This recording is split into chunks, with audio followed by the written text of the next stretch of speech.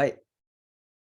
So, kita akan melihat kembali apa yang telah kita pelajari pada minggu lepas, okey, iaitu berkaitan dengan kepelbagaian iklim di Asia, iaitu kita lihat zon-zon, okey, zon-zon iklim di Asia ni telah dibahagikan kepada 4, iaitu zon sejuk, zon sederhana sejuk, zon panas sederhana dan juga zon panas. So, zon sejuk tu iaitu iklim tundra.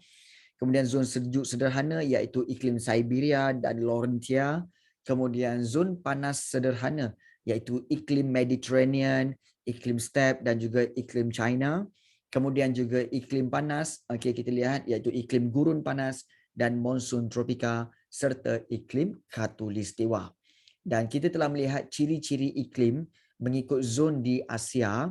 Okey, dan mereka ada ciri-ciri yang tertentu berkaitan dengan suhu yang terendah, suhu yang tertinggi, kemudian jumlah hujan, okey, dan sebagainya. So kita telah lihat lokasi-lokasi itu, dan hari ini kita akan lihat berkaitan apa tahu, iaitu iklim yang pertama, iaitu zon iklim sejuk, iaitu iklim tundra. Dan kita nak lihat bermula daripada sini ya, iaitu berkaitan dengan iklim tundra. Dan apakah itu iklim tundra? So kita lihat sama-sama hari ini, iaitu iklim tundra ni sebenarnya iklim yang mengalami musim sejuk yang panjang dan juga melampau sejuknya. Sejuk dia melampau. Iaitu kawasan di sepanjang pantai di utara Asia, terutamanya pantai utara Siberia yang terletak dalam lingkungan garisan Arktik. Kawasan sepanjang pantai utara Asia, terutamanya pantai utara Siberia. Kat mana ni cikgu? Jom kita tengok nak. Jom kita pergi tengok. Iaitu kita nak lihat berkaitan di manakah zon itu sebenarnya. Okey, so kita nak lihat zon ini dan kita mungkin bawa anda berjalan sekejap untuk kita lihat zon ini. Baik, zon iklim tundra tu ya, iaitu pantai utara Siberia. So kita berada di Malaysia sekarang ni, okey. Dan kita akan lihat ya, bukan, Siberia itu sebenarnya bukan satu negara. Siberia itu sebenarnya adalah satu kawasan di utara Asia, dan kalau kita lihat dia di dalam kawasan Rusia sebenarnya, di kawasan Rusia. So di sini ada Tibet, kemudian ada Qinghai, kemudian naik atas lagi ada Xinjiang, kemudian kita naik atas lagi, okey, Kazakhstan, Mongolia, dan di atas ini adalah ya di kawasan Rusia. So Rusia ni memang besar, teramat-amat besar, negara yang paling besar di dunia, okey, dan juga pantai utara sebenarnya terletak di pantai utara Siberia yang inilah. Pantai utara Siberia, di mana kalau kita lihat tidak ada kawasan yang boleh kita duduk ataupun kita turun. Tak ada kawasan ada pun mungkin sikit-sikit kot. Kawasan kat mana kita nak turun? Mungkin di kawasan-kawasan seperti di tepi-tepi pantai inilah. Kita tengok sekejap kawasan di utara Siberia ini. Itali menang Euro belum lagi. Okey. So kita nak lihat di sini apa yang ada di kawasan ini. Jom kita lihat. Mungkinkah kita boleh turun di kawasan ini?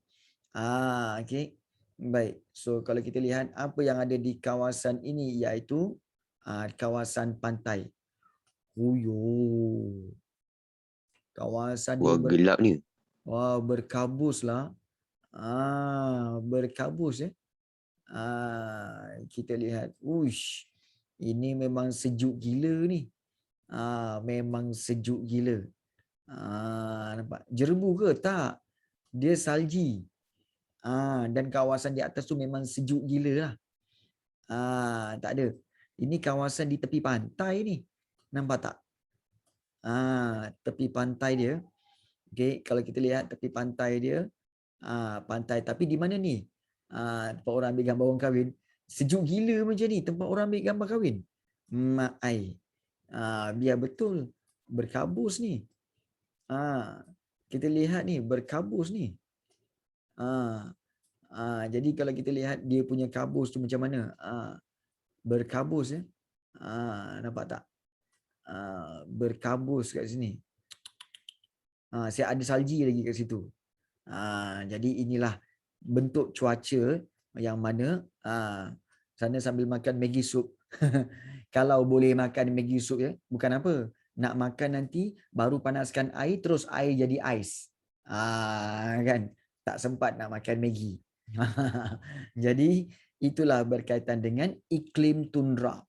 Okey, yang terletak di pantai utara Siberia, okey, yang terletak dalam lingkungan garisan Arktik di situ. Dan kita lihat hujan, okey, yang dikatakan sebagai kerpasan. Okey, kita lihat di sini ya. Hujan, ada tak hujan? Ada. Tapi hujan dia adalah dalam bentuk kerpasan, iaitu dalam bentuk biji-biji macam salji tu. Sikit-sikit ketulan salji sikit-sikit tu kan. Macam itulah kerpasan tahunan yang sangat sedikit, iaitu 250 mm hingga 300 mm. Kebanyakan hujan itu turun pada musim panas dalam bentuk hujan perolakan, dan musim sejuk dia sentiasa diliputi salji. Wow. Maknanya kamu sentiasalah kena pakai baju tebal-tebal ni. Tak boleh.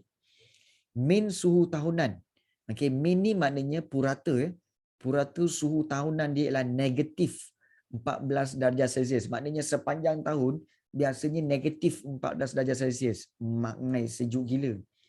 Suhu musim panas dia iaitu masa pendek, iaitu musim panas dia iaitu daripada Mei hingga Ogos. Sekarang lah Mei hingga Ogos ni sana suhu panas, tapi panasnya pun sederhana sejuk dengan suhu dia kurang daripada 10 darjah Celsius. Rumah kamu aircon pun paling bawah pun 16 darjah Celsius, itu pun dah sejuk.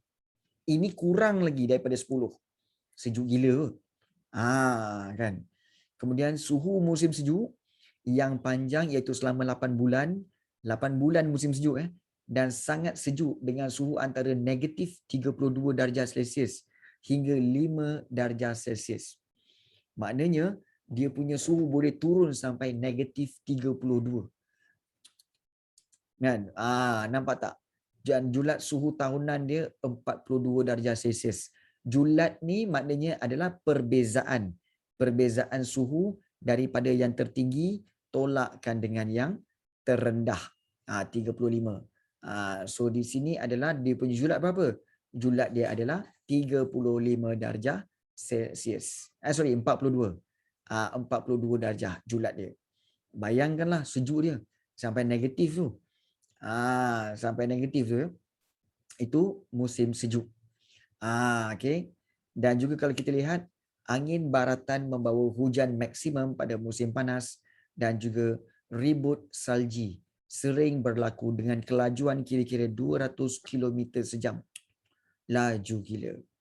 Dan kita lihat di sini, okey, sedikit info ya, Vostok di Antartika merupakan, kalau kita lihat, kawasan yang paling sejuk di dunia dengan suhu negatif 89.2 darjah Celsius. Bapak sejuk gila.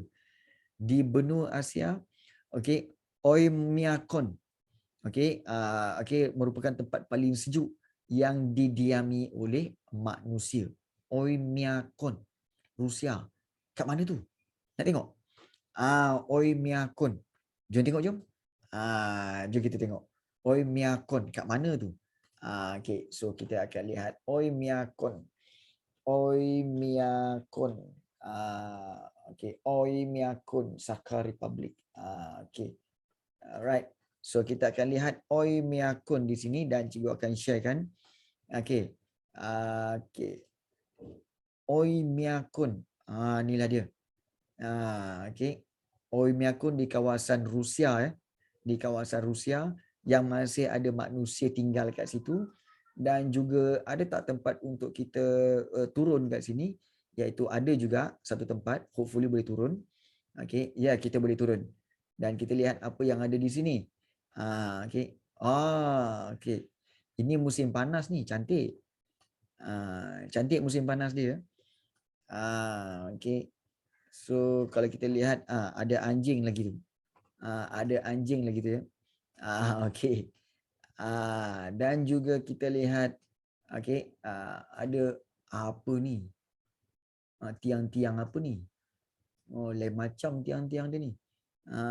Okey. So di sini kita lihat ada berkaitan dengan tempat tinggal. Boni Aning separuh je ya. Ya, tiang misteri tu. Okay, so ini kawasan yang dikatakan salah satu sebagai, kalau dia musim panas, okay, dia memang masih sejuk. Tapi kalau dia musim sejuk, dia boleh turun sampai 30, 35, negatif 35 darjah Celsius. Sejuk gila. Oymyakon ni. Okay, ini kawasan bandar Oymyakon ini. Okay, dan tidak ada tempat lain yang kita boleh singgah. Okay, itu je lah kawasan dia kot. Yang boleh kita singgah untuk kita lihat berkaitan dengan berkaitan dengan tempat yang tersejuk di benua Asia kat sini. Kat mana ni? Iaitu di kawasan utara Asia. Di utara Asia, di kawasan negara Rusia. Di kawasan negara Rusia. Baik. So kita telah lihat berkaitan dengan dengan suhu-suhu ini di kawasan iklim tundra. Bagaimana pula dengan kawasan di lain, cikgu? Di tempat lain. Kalau kita lihat sini sebelum itu kita lihat pengaruh iklim tundra terhadap kegiatan manusia. Bila suhu dah terlalu sejuk, kita lihat kegiatan ekonomi mereka hanyalah ada apa? Ada iaitu perikanan dan juga ada pemburuan. Ada perikanan dan pemburuan ya. Seperti kalau kita lihat perikanan, ikan ditangkap untuk keperluan sendiri. Dan ianya menjadi sumber protein bagi penduduk, dan lokasi kegiatannya ialah di Siberia, di sebelah utara sana, di bahagian utara. Di bahagian utara. Dan pada musim panas, kegiatan menangkap ikan paus. Ikan paus ikan cod dan juga ikan salmon dijalankan. Dan ikan paus ditangkap menggunakan harpun. Harpun tu macam yang macam tombak tu. Ikan paus itu perikanan di kawasan Rusia sana. Tu harpun tu. Dan juga untuk pemburuan pula, kalau kita lihat iklim tundra, hasil buruan ini membekalkan daging sebagai sumber makanan, kemudian kulit untuk membuat kayak, kemah dan juga pakaian. Juga tulang-tulang binatang itu akan dibuat untuk membuat rangka kemah, dan juga lemak-lemak dia untuk menyalakan pelita serta memanaskan iglu. Memanaskan iglu bayangkan. So di sini iklim tundra ni biasanya adalah didiami oleh orang-orang Eskimo. Dan pekerjaan orang Eskimo berubah mengikut musim. Pada musim sejuk, mereka akan memburu binatang seperti walrus ataupun singa laut. Dan juga serigala serta rusa kutub ataupun karibu. Itu pekerjaan orang-orang Eskimo di mana di iklim tundra sana. Dan inilah diorang menangkap ikan guna memancing pun ada juga. Cameron sejuk, suhu dia berapa, cikgu? Cameron biasanya dia boleh mencecah sehingga ke, kalau tak silap cikgu, 14 ke 15. Kalau paling sejuk lah, 14 ke 15 darjah Celsius. Dia tak sampai tahap macam ni lah. Tak sampai tahap macam ni. Ini iglu. Rumah yang dibuat daripada ketulan batu, air batu tu. So itu adalah iklim tundra. Iklim tundra. Baik. Nampak di sini. Iaitu istilah-istilah ni. Kerpasan ialah istilah bagi hujan batu atau salji dan sebagainya yang terhasil daripada pemulupan air, wap air di udara yang jatuh di atas permukaan bumi. Maknanya kerpasan ni ialah hujan, tetapi dia akan turun dalam bentuk salji ke bawah. So itu dipanggil kerpasan. Kerpasan. Baik. So itu adalah iklim tundra. Bagaimana pula dengan iklim sederhana sejuk? Nampak gambaran ini? Ini adalah Gunung Fuji. Gunung Fuji sebenarnya di mana Gunung Fuji? Iaitu di Jepun. So itu adalah iklim Laurentia. So kita lihat iklim Laurentia. Iklim ini juga dikenali sebagai iklim sejuk sederhana pantai timur. Atau iklim monsun sejuk sederhana. Dan kawasan yang mengalami iklim ini akan mengalami 4 musim. ya, iaitu musim panas, musim bunga, musim panas, musim luruh dan juga musim sejuk. Okey. So kalau kita lihat di manakah iklim Laurentia ini? Iklim Laurentia ini terdapat di kawasan di China, okey, Korea Utara dan juga di Jepun. Okey. Baik. Boleh tak kita pergi melawat Korea Utara? Ramai nak tanya ni.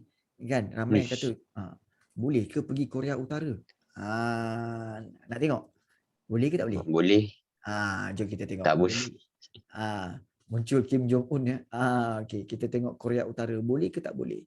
Rasanya memang tak boleh. Kita tengok Korea Utara ni ya. Ada tak tempat yang kita boleh mendarat? Tak boleh. Memang tak boleh. Nampak? Dia tak ada tempat pun untuk mendarat. Yang ada pun mungkin hanyalah di bahagian sempadan Korea Utara ataupun mungkin kalau geografi ada memang boleh. Okeylah. Kita tengok di Tak, bahagian utara Korea Utara. Ada tempat yang boleh kita turun ni. Yang kita boleh turun. Jom kita tengok apa yang ada di kawasan Samyeon ni. Samjeon. Samjeon. Kawasan apa ni? Lain macam kawasan ni. Alamak, rumah orang ah. Wish. Siapa sebut tadi? Kim Jong Un? Ada gambar Kim Jong Un lah. Ini gambaran pemimpin-pemimpin Korea Utara. Okey. Pemimpin Korea Utara ya. Ini di Korea Utara ni. Kawasan apa ni? Okey. Uish. Lain macam kawasan ni. Pejabat ke apa ni? Gambar. Okey. Gambar atuk dengan bapa Kim. Oh ya ke? Cantik sebenarnya kawasan Korea Utara ni. Cuma dia punya kemudahan. Kalau kamu tengok bas-bas dia pun, ni bas-bas daripada lama punya bas ni. Zaman-zaman 70-an-nya bas ni. Okey, bas pun jenis bas-bas lama. Okey. Dan kawasan dia, dia orang tak banyak kenderaan, yes. Dia orang tak banyak kenderaan ya, betul tu. Okey, dia orang tak banyak kenderaan. Ya, orang atasan je guna, betul. Ni kawasan cantik ya. Tapi Korea Utara kita tahu adalah kawasan yang memang tak boleh pergi lah. Tak boleh untuk kamu melawat sesuka hati, tak boleh. Dan iklim dia memang iklim yang sejuk. Okey, iklim yang dipanggil Laurentia. Ya, iklim Laurentia. So, itu sebagai salah satu contoh iklim Laurentia. Dan mungkinkah ada kawasan lain yang kita boleh mendarat? Okay. Banyak pokok. Yes, banyak pokok. Di sini ada satu kawasan yang kita boleh lihat, iaitu di Yalu River. Kenapa kawasan ini tanah merah? Dan kenapa apa yang ada di sini? Okey, jom kita tengok. Adakah ini sempadan Korea Utara dengan China? Oh, Korea Utara dengan China dia sempadan. Okey. Ush. Cantik. Cantik dengan banyak tumbuh-tumbuhannya, pokok-pokoknya. Okey.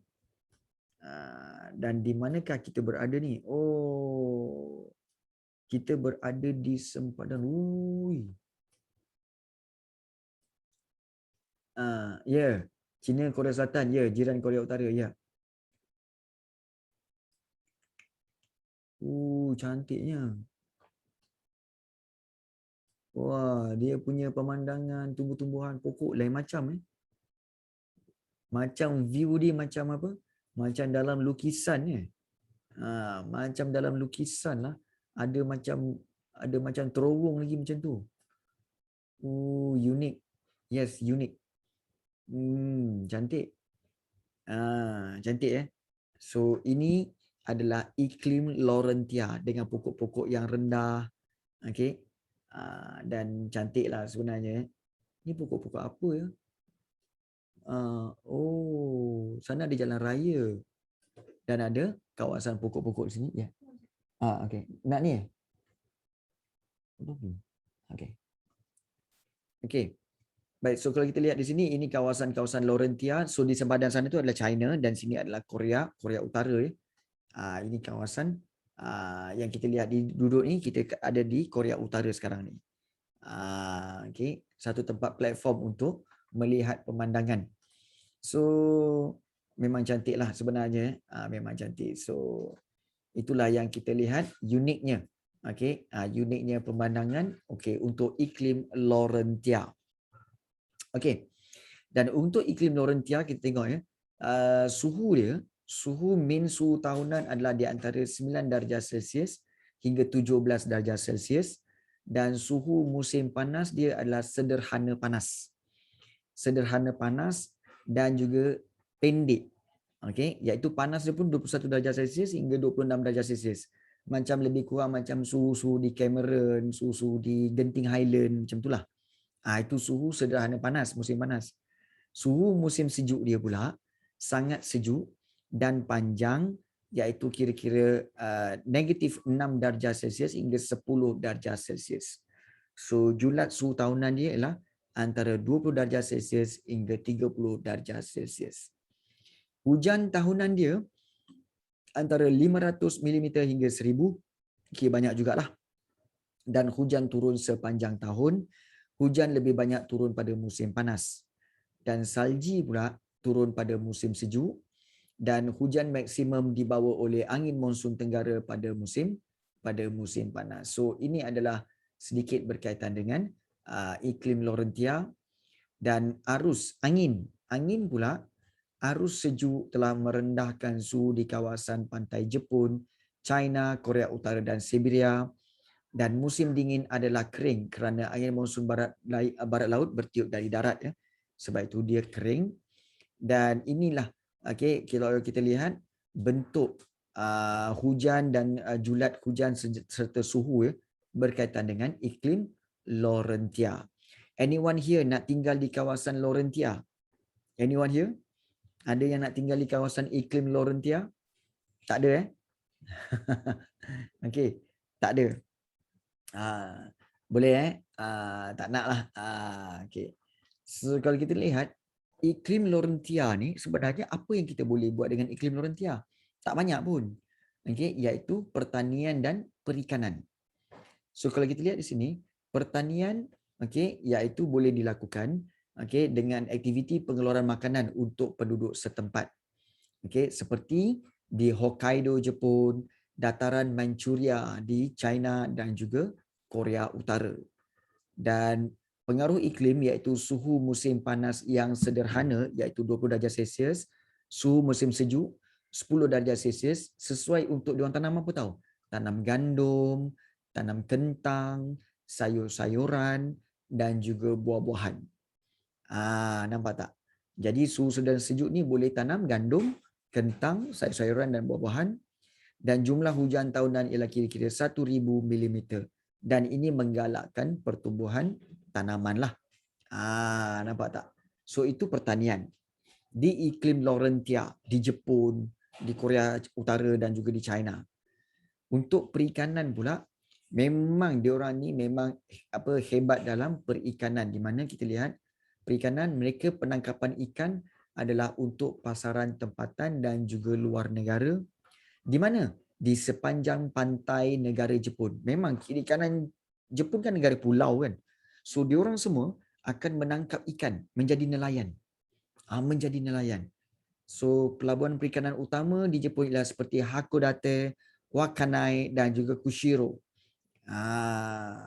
Pantai Jepun terletak di persimpangan arus panas Kurashio dan juga arus sejuk Oyashio yang menggalakkan pertumbuhan plankton, dan laut di sekeliling Jepun kaya dengan hasil laut. So kegiatan perikanan dijalankan pada musim bunga dan juga musim panas. Mereka memang rajin ke laut menangkap ikan. Diorang tangkap ikan apa tahu, seperti ikan paus, kemudian ketam-ketam yang besar-besar tu, kemudian ikan-ikan laut yang besar-besar tu kan. Itu memang Jepun memang banyak menjalankan perikanan. Jadi itu aktiviti mereka. Yes, aktiviti mereka menangkap ikan. Kalau zon iklim panas sederhana, ini lain pula. Zon iklim panas sederhana adalah seperti iklim di China. Iklim China. Iklim ini juga dikenali sebagai iklim monsun panas sederhana. Okay, ataupun iklim panas sederhana pantai timur, dan kawasan-kawasan yang mengalami iklim jenis China ini akan mengalami 4 musim juga, iaitu musim bunga, musim panas, musim luruh dan musim sejuk. Dalam bahasa Inggeris dipanggil apa? Musim panas dipanggil apa? Bahasa Inggeris musim panas dipanggil apa? Summer. Summer, betul. Kalau musim bunga, musim bunga spring. Oh ya ke spring? Spring. Kemudian kalau musim luruh apa ya? Fall. Fall. Oh, musim luruh fall. Autumn. Fall ke autumn? Not sure. Fall ke autumn ya? Autumn ya. Yeah. Autumn ya. Oh. Oh, okey. Tapi kalau musim sejuk dipanggil winter lah. Okey. Kalau musim sejuk dipanggil winter. Itu. Okey, 4 musim tu ya. Dia orang ada 4 musim. Ya, Utaya. Dia orang ada 4 musim. Penat. Penat tak apa, kau dengar je. Kau dengar je. Okey, kau dengar je. Tak payah jawab apa-apa. Okey, cikgu faham, cikgu faham. Nak tidur, ikut engkau lah. Kan, ikut engkau lah. Okey. Baik. Kalau dia orang 4 musim, kita lagi banyak musim. Kita berapa musim? Negara Malaysia ada, nanti komplain kat mak. Siapa komplain? Cikgu tak komplain lah. Okey, cikgu tak komplain. Okey, takut sangat. Cikgu tak komplain lah. Okey. Baik. Kat Malaysia ada banyak musim kan? Banyak musim. Okey, kita ada musim musim hujan. Kita ada musim panas. Kemudian kita ada musim raya, musim durian. Musim apa lagi? Musim rambutan. Musim drama K-pop. Musim TikTok. Musim Okay. Tak tahu banyak musim yang kita ada kan. Memang banyak. Musim PKP. Ya Allah. Banyak gila musim kita. Musim COVID. Banyak. Banyak betul musim kita ya. Jadi itu perbezaan di antara diorang ni dengan kita. Kita banyak musim. Kan. Okey. So kita lihat. Okey, iklim China. Kawasannya di mana? Di China, di tengah-tengah dengan selatan, ataupun juga di Korea Selatan, ataupun di Jepun bahagian selatan, ataupun di Taiwan Utara. Itu kawasan iklim China. Sebab hujan tahunan dia 508 mm hingga 1520 mm. So memang banyak jugalah. Kebanyakan hujan turun dalam bentuk hujan siklon, iaitu hujan yang disertai dengan ribut sikitlah. Min suhu tahunan. Min tu purata ya, average suhu dia 15 darjah Celsius. Suhu musim panas sederhana panas 28 darjah Celsius. Okey, panas jugalah. Dan suhu musim sejuk dia boleh turun sederhana sejuk dan kering boleh sampai 5 darjah Celsius. Dan julat suhu tahunan melebihi 25 darjah Celsius. So julat suhu antara tertinggi tolak terendah, so perbezaan dia sampai 25 darjah Celsius. Besar tu. 25 tu Dan angin monsun tenggara bertiup ke kawasan tekanan rendah pada musim panas dan membawa hujan lebat. Dan pada akhir musim panas, China di selatan, Hong Kong dan Taiwan akan mengalami ribut taufan kerana siklon tropika bertiup dari lautan Pasifik. Bayangkan negara diorang tiap-tiap tahun mengalami ribut. Ribut taufan. Siklon tropika, kita lihat di sini. Siklon tropika ialah ribut ganas yang berputar dan juga terbentuk di kawasan perairan tropika. Itu ribut ganas. Kalau hujan siklon, hujan yang disebabkan oleh udara panas yang lembap bergerak ke kawasan udara yang lebih sejuk. So itu hujan siklon. Okay. So hujan siklon ini memang dia agak lebat sikitlah. So kesimpulannya ini adalah zon iklim panas sederhana, iaitu iklim China. iklim China. Dan pengaruhnya kalau kita lihat di sini iaitu berkaitan dengan bagaimana dengan pertanian dan penternakan. Untuk iklim China, kalau kita lihat pengaruh dia pertanian iaitu terdapatnya penanaman padi dan gandum sebagai sumber makanan penduduk. Oh, ada padi ya, ada padi, ada gandum. So padi ditanam di kawasan lembah Sungai Yangtze. Siapa tahu apa itu? Apa yang kamu ingat bila sebut Sungai Yangtze? Apa yang kamu ingat bila disebut tentang Sungai Yangtze? Yes, tamadun Cina, iaitu dalam sejarah tingkatan 1 dulu. Bagus. Sejarah. Yes, bagus. Sungai Yangtze. Sungai Cincong-Cincong, Tengkorak kau Iren. Ya, sejarah tingkatan 1 ya. Sungai Yangtze. Okey. Sungai Cincong-Cincong, Cukatikau. Cukatikau je kan. Sungai Cincong-Cincong. Okey, baik. Okey. Penanaman teh. Penanaman teh di kawasan bukit. Ya, tamadun Huanghe, betul. Okey, kawasan bukit antara lembangan Changjiang dengan Zhejiang. Kawasan pengeluaran gandum utama adalah di dataran China Tengah dan pengaruh iklim. Suhu musim panas pada 28 darjah Celsius dan hujan tahunan melebihi 1000 mm sesuai untuk penanaman padi dan aktiviti menanam padi dijalankan pada musim hujan dan gandum dan teh ditanam di kawasan suhu sederhana panas iaitu 16 darjah Celsius hingga 18 darjah Celsius. So itu pertanian. Ada padi, ada gandum, ada teh. Sebab tu orang Cina suka minum teh. Cikgu tak? Cikgu suka minum kopi.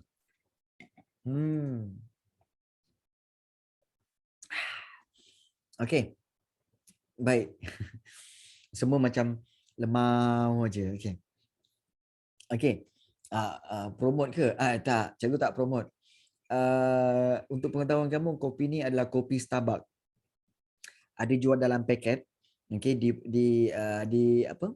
Di pasar raya besar. So dia ada paket-paket Starbucks tu. So Starbucks tu kita bancur sendirilah. Kopi Starbucks ya. 7-Eleven tak ada. Starbucks boleh lah. Minum Starbucks. Okay, gila. Okay. Kan? Nama pun cowboy. Lahir pun kat Amerika. Minum Starbucks lah. Kan? Apalah korang ni. Kan? Okay. Baik. So, kita lihat. Jeez. Okay. Penternakan. Kita lihat penternakan. Okay. China merupakan pengeluar dan pengguna hasil ternakan utama dunia. China ni, negara China kan besar kan. China adalah kuasa ekonomi ya. Kalau kita lihat pengeluar dan pengguna hasil ternakan utama dunia. Sebab itu China permintaan tinggi terhadap produk berasaskan daging dan susu segar. Memang tinggi. Permintaan dia memang tinggi. Kerana kerajaan China menggalakkan peningkatan taraf kesihatan rakyat. Betul. Tetapi banyak juga penduduk China yang suka makan haiwan eksotik. Itu masalahnya lah. Okay. China ni, penduduk China suka makan makanan haiwan eksotik seperti makan tenggiling lah, makan apa? Tenggiling lah, kelawar lah, katak lah. Itu memang. Tapi harus ingat orang-orang China di negara China ni, sebenarnya kamu tahu tak kenapa dia orang makan benda-benda macam tu? Kamu tahu kenapa dia orang makan benda-benda macam tu? Sebenarnya, okey, sebenarnya bukan pasal protein, bukan pasal kesihatan. Sebenarnya diorang ni bilangan penduduk diorang terlalu ramai. Diorang ada 1.2 bilion. 1.2 bilion penduduk. Okay, 1,200 juta. Kan? Kita sendiri baru 32 juta. Dia lagi banyak daripada India. Ya, 1.2 bilion. Okey. Jadi 1.2 bilion ni bila duduk kat negara China, dia orang kadang-kadang beras tak cukup, gandum tak cukup, kan, daging tak cukup, susu tak cukup. Jadi apa yang dia orang buat? Okey, zaman dulu oleh kerana diorang kekurangan makanan, diorang akan makan apa juga yang bergerak. Apa juga yang bergerak. Yang katak bergerak ditangkap dimakan, kan. Yang tikus bergerak ditangkap dimakan.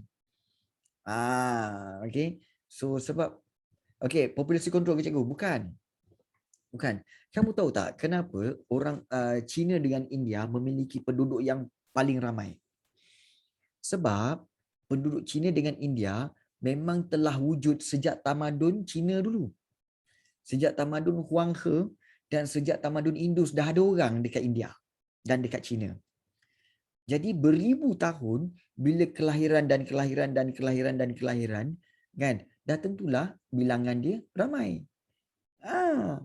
Sebab kelahiran so sebab dia memang banyak. Sebab memang penduduk dia memang daripada dulu lagi. Kalau macam Eropah, Europe kan, kawasan seperti England, Jerman apa semua kan. Tamadun awal dia kat mana? Dekat Rom kan? Tamadun Rom dengan tamadun Yunani yang kamu belajar dulu kan. Tamadun Eropah tak ada lagi. Tamadun Eropah baru muncul kemudian sikit-sikit. Sebab itu tamadun Eropah sebenarnya dia bertambah sikit-sikit, tetapi banyak kali berlaku wabak.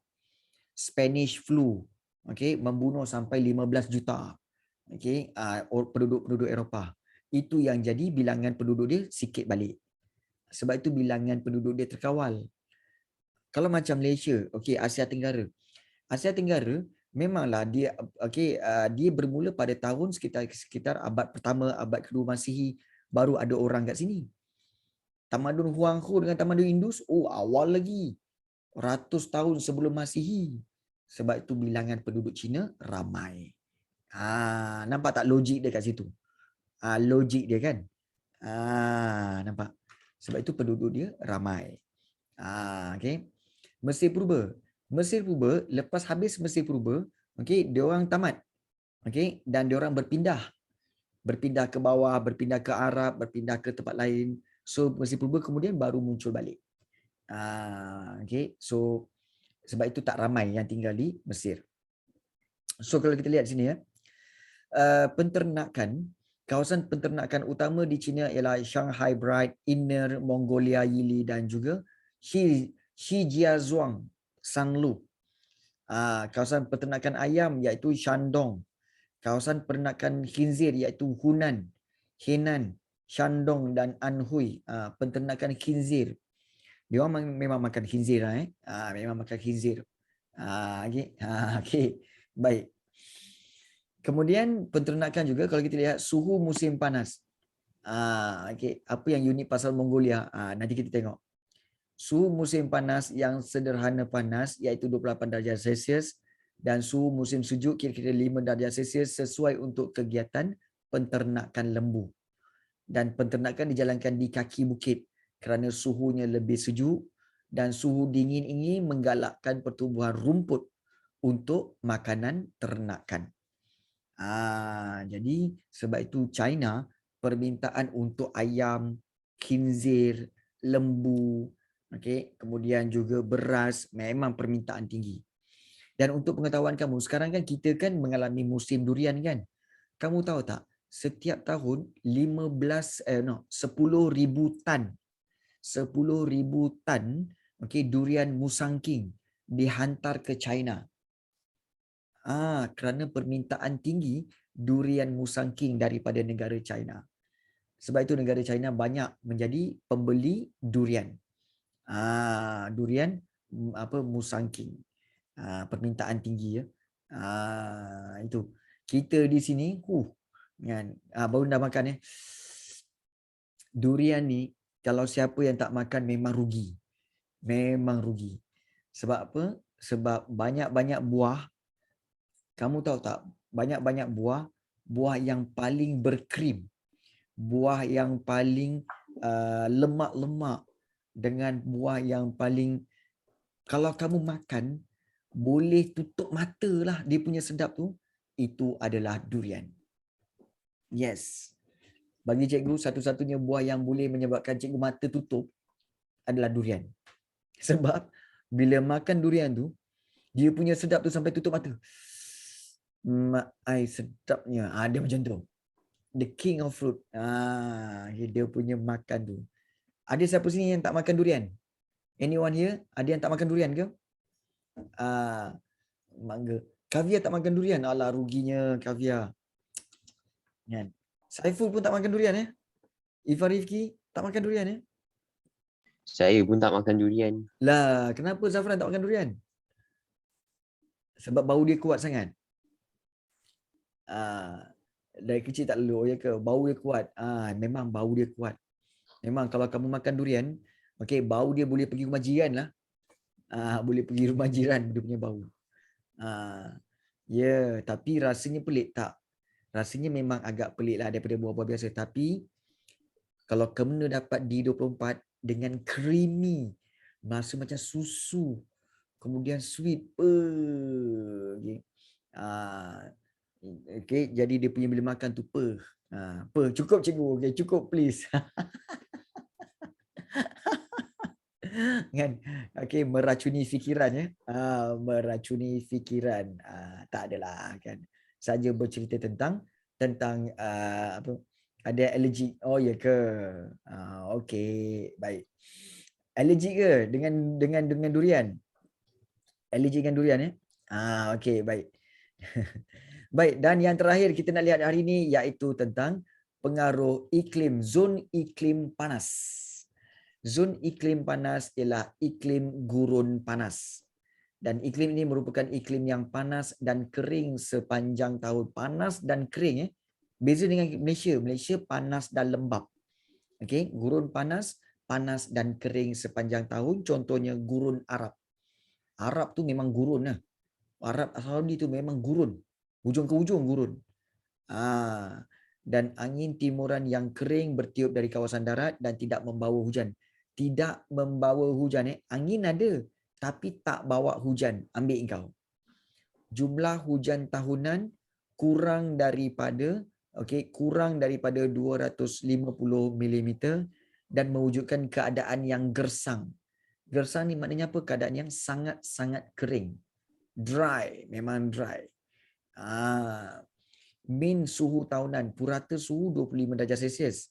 Suhu musim panas sangat panas sampai 36 darjah Celsius. Suhu musim sejuk, dia ada sedaran sejuk kira-kira 16 darjah Celsius. Okay. Dan julat suhu tahunan dia ialah 17 darjah Celsius hingga 20 darjah Celsius. Cuaca pada waktu siang, kalau kita lihat, cuaca pada waktu siang boleh mencecah 40 darjah Celsius. Sebab kekurangan letupan awan. Maknanya dia kurang awan tau. Dia tak ada awan. Langit dia biru je. Ini menyebabkan pancaran matahari terus direct ke permukaan bumi. Memang panas lah kan. Tapi kalau waktu malam pula sejuk. Waktu malam dia boleh sampai 5 darjah Celsius. Lagi sejuk daripada aircon rumah korang. 5 darjah Celsius sebab langit tidak berawan. So haba tadi yang waktu siang tu, haba terus pergi naik ke atmosfera dengan cepat. Jadi menyebabkan kawasan bawah tanah tu menjadi cepat sejuk. Sampai boleh pergi 5 darjah Celsius. Mangai. Okay. Dan kita lihat di sini. Inilah dia. Jumlah hujan. Hujan sikit-sikit je. Ada setengah bulan, tak ada hujan. Ada bulan tak ada hujan. Langsung tak ada hujan. Nampak tak? Punyalah panas. Gambaran dia memang panas gila. Dan iklim gurun panas ini menyebabkan kalau pertanian, mereka hanya boleh menanam apa? Pokok kurma. Penanaman pokok kurma secara besar-besaran untuk mendapatkan buahnya. Itu yang Piramli kata apa? Nak wal kurma, nak buka puas suruh kabisalul lazi. Tak ada banyak pokok hijau sebab tak ada hujan. Bila tak ada hujan, tak adalah banyak pokok hijau. Hujan dia kurang. Jadi kalau kita lihat ladang buah kurma di wilayah Qasim iaitu di Arab Saudi, pokok kurma ni ditanam di kawasan Oasis. Maknanya kawasan yang ada takungan air secara ladang. Dan pokok kurma dapat tumbuh pada suhu 7 darjah Celsius sampai 40 darjah Celsius. Sebab itu pokok kurma tahan. Dia tahan ya. Ada haiwan liar? Ada juga. Okey, musang padang pasir dan sebagainya lah. Ada juga. Dari sudut penternakan, kalau kita lihat, mereka ada menternak unta, kambing biri-biri, lembu, diternak untuk mendapatkan daging, susu, kulit dan juga untuk dapatkan bulu. Ini. Ada unta, kambing dan biri-biri, dan ini pokok kurma. Nampak macam pokok kelapa sawit. Macam pokok kelapa sawit tu pokok kurma. Ladang ternakan unta. Ternakan unta di Hudaibiyah, Arab Saudi. Macam biasa dengar je nama Hudaibiyah. Apa yang kamu ingat tentang nama tempat Hudaibiyah? Anyone here? Pernah dengar tak nama tempat Hudaibiyah, Arab Saudi? Masjid Hudaibiyah? Sebenarnya Hudaibiyah ni adalah nama tempat di mana Nabi Muhammad SAW membuat perjanjian dengan orang Arab Quraisy Mekah dalam perjanjian Hudaibiyah. Kalau biasa pernah dengar perjanjian tu, itulah dia. Perjanjian Hudaibiyah. Baik, ladang ternakan lembu di gurun Arab. Di gurun Arab pun ada ladang ternakan lembu, iaitu di kawasan-kawasan yang ada oasis tu ya. Ada oasis. So jumlah hujan tahunan yang kurang menyebabkan rumput dan semak samun tumbuh renek, maknanya tumbuh secara pendek-pendek dan juga jarang-jarang. Dan rumput inilah dijadikan makanan ternakan ya, seperti lembu, kambing dan unta makan di situ. Iaitu ni oasis, kawasan yang subur dan mempunyai air di padang pasir. So itu oasis. Jadi kesimpulannya, kita telah mempelajari apakah berkaitan apa hari ini, iaitu kita telah mempelajari berkaitan dengan pengaruh-pengaruh iklim terhadap pertanian dan juga kegiatan ekonomi. So kita telah lihat tentang zon iklim tundra, kemudian iklim Laurentia, kemudian iklim China, kemudian juga iklim gurun panas. So kita telah lihat beberapa iklim dan juga kegiatan ekonominya. Ada soalan nak tanya? Silakan. Dan ini menjadikan kita telah tamat bab yang ke-7. Habis bab yang ke-7. Apa yang kita telah pelajari berkaitan dengan zon iklim panas sederhana. Habis dah bab 7. Ada soalan nak tanya? Silakan. Nak tanya apa-apa tak? Lepas ni kita mungkin akan masuk bab yang ke-8, jenis dan kemajuan pengangkutan di Asia. Ada soalan nak tanya? Kan? Tak adalah kot. Dah pukul 6.30 dah pun. Tak adalah kuis hari ni.